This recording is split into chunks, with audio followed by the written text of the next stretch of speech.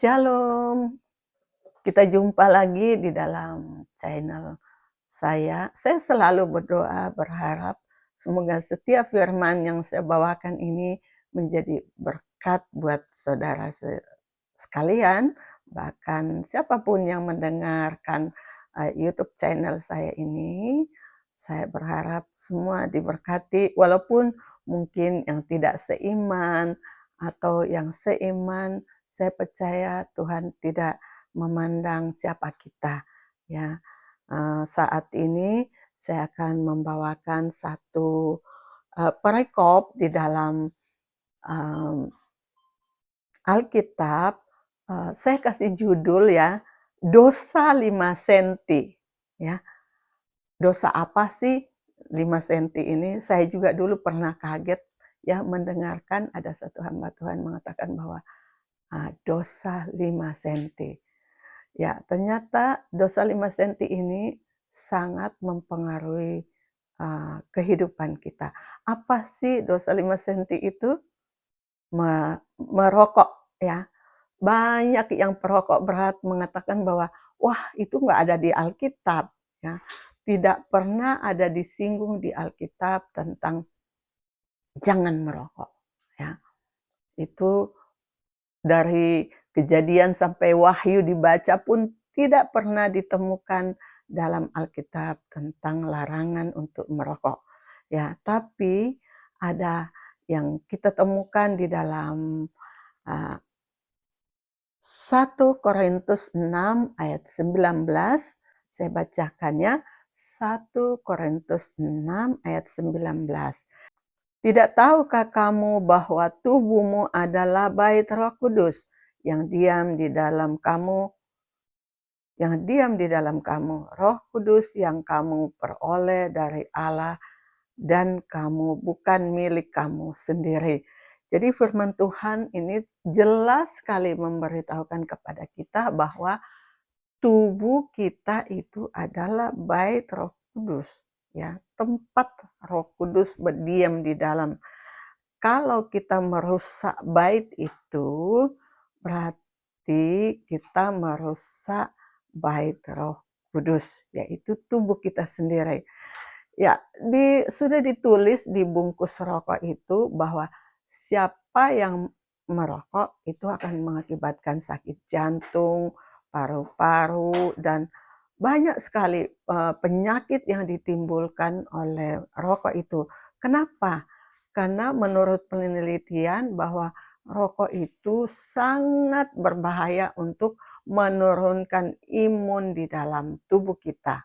Ya, itu menurut penelitian. Jadi saat imun kita turun, tentu penyakit itu sangat menyerang tubuh kita sehingga pertahanannya itu tidak kuat.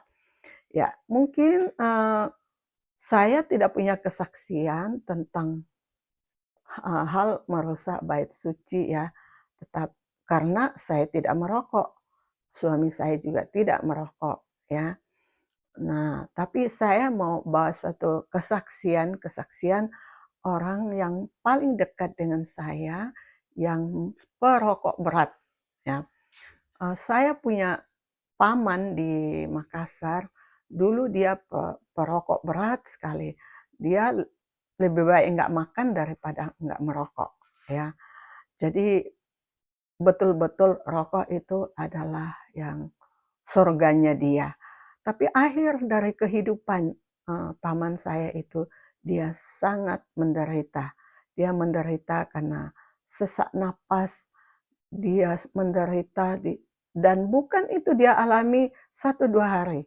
Itu bertahun-tahun dia menderita sampai uh, dia meninggal. Bahkan dia juga menyusahkan orang yang ada di sekelilingnya, menyusahkan istri, anak-anak mereka karena harus merawat orang yang dalam kondisi yang seperti ini. Bahkan kita tidak tega melihat dia mengalami suatu penderitaan seperti ini. Kami sangat menyayangi beliau karena Om ini orangnya sangat baik. Tapi apa yang harus kami buat untuk meringankan beban daripada Om ini, karena dia sudah menabur banyak di dalam tubuhnya, yaitu rokok dari masa mudanya sampai masa tuanya. Nah, eee, kesaksian yang kedua ada saya punya, pendeta dulu ya, pendeta Bapak Ibu, tapi dia perokok berat. Saya ingat sekali saya pernah ngikut ibadah dan koordinator, dari sektor saya itu mengatakan, "Bapak Ibu sabar sebentar ya, karena Bapak pendeta akan menghabiskan rokoknya dulu." Ini Bapak pendeta luar biasa, dia perokok sekali. Dan apa yang dia pesankan, ya, nanti kalau saya mati, jangan kasih apa-apa, hanya kasih korek api saja, karena di surga tidak ada api, ya. Jadi dia minta dimasukin korek api di petinya supaya kalau di surga dia tetap mau merokok dan di surga itu tidak ada api gitu.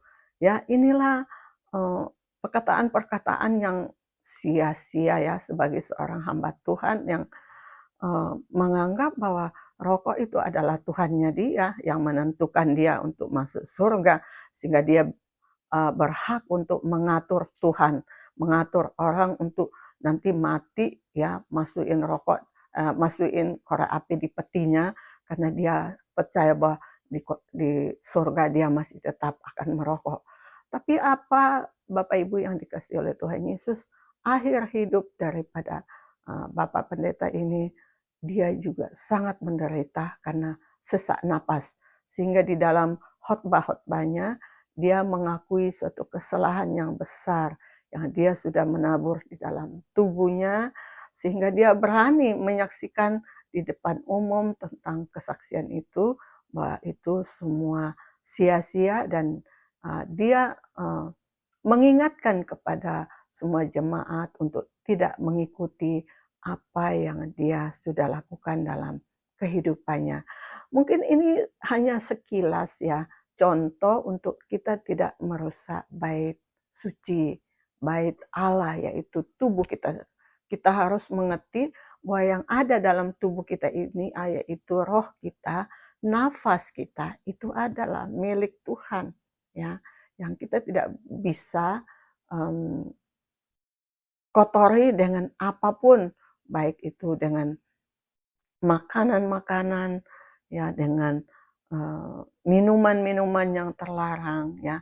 Mungkin kalau kita mau mengetahui makanan apa yang tidak boleh masuk di dalam tubuh kita itu, kita bisa membaca di dalam Taurat. Karena Taurat itu sudah memilih makanan apa yang tidak boleh kita makan. Kalau menurut penelitian-penelitian kesehatan bahwa makanan yang dilarang di dalam Taurat itu semuanya menimbulkan penyakit ya.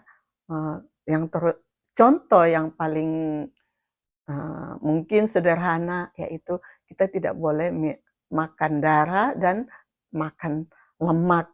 Tuhan katakan bahwa itu persembahkan untuk aku. Memang kadang waktu dulu juga saya belum mengerti, saya mikir kok yang enak-enak kenapa nggak boleh ya? Mungkin Tuhan ini maunya yang enak-enak juga sehingga dia melarang kita untuk memakannya. Tapi kalau kita lihat setelah begitu canggihnya pemeriksaan-pemeriksaan kesehatan dalam kehidupan kita tahu bahwa kenapa Tuhan melarang kita makan darah, ya. Di saat dan sekarang ini di zaman canggih, ternyata di saat kita periksa kesehatan, virus, bakteri dalam tubuh kita itu adanya di dalam darah. Sebab itu kalau kita makan darah ya kita makan bakteri-bakteri yang ada di situ.